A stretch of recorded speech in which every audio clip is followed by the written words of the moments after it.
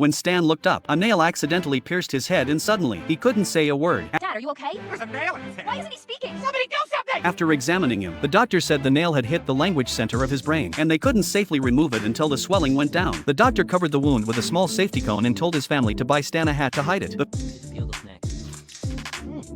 The family went to the mall to find one, but Stan got distracted by piano music nearby. He sat right down and started playing, and the shoe store manager was blown away. He immediately asked Stan to stay and play for the shop. Stan's amazing music drew huge crowds. I don't want any of this stuff.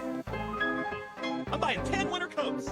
And the store's business boomed overnight. Turns out Stan's sudden musical talent came from that nail in his head. With all the attention, the shop was chosen as the brand's new flagship store, and profits doubled in a flash. But a week passed quickly, and when the family went back to the mall, Steve insisted they pull the nail out, otherwise Stan would be in mortal danger. It's been a week, we have to take the nail out now. Otherwise he'll die, right, Dr. Calgary? Sounds right. Reluctant as he was, the manager agreed to let Stan play one last song before the nail came out. Hey, I'm back, baby. No! Put it back in! Put it back in! Ah!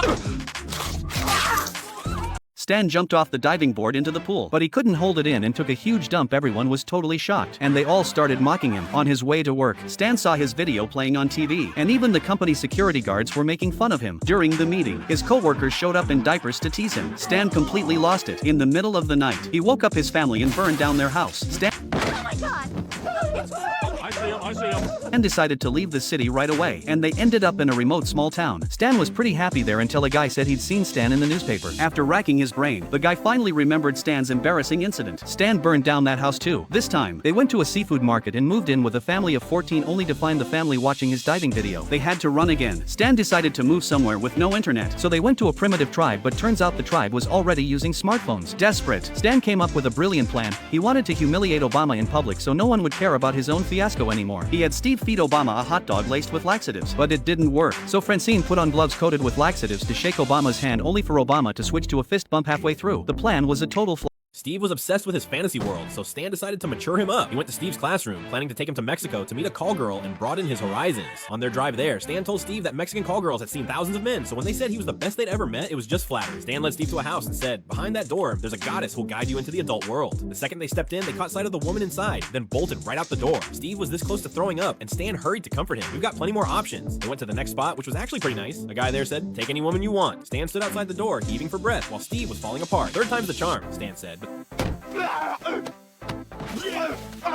I was wrong! The third one was the worst! Steve refused to go on, and they turned around and found their car tires had been stolen. Just then, some seemingly kind guys offered to give them a ride to buy new tires, and Stan was truly grateful, but the guys said, "Don't get too excited yet." You're being kidnapped right now.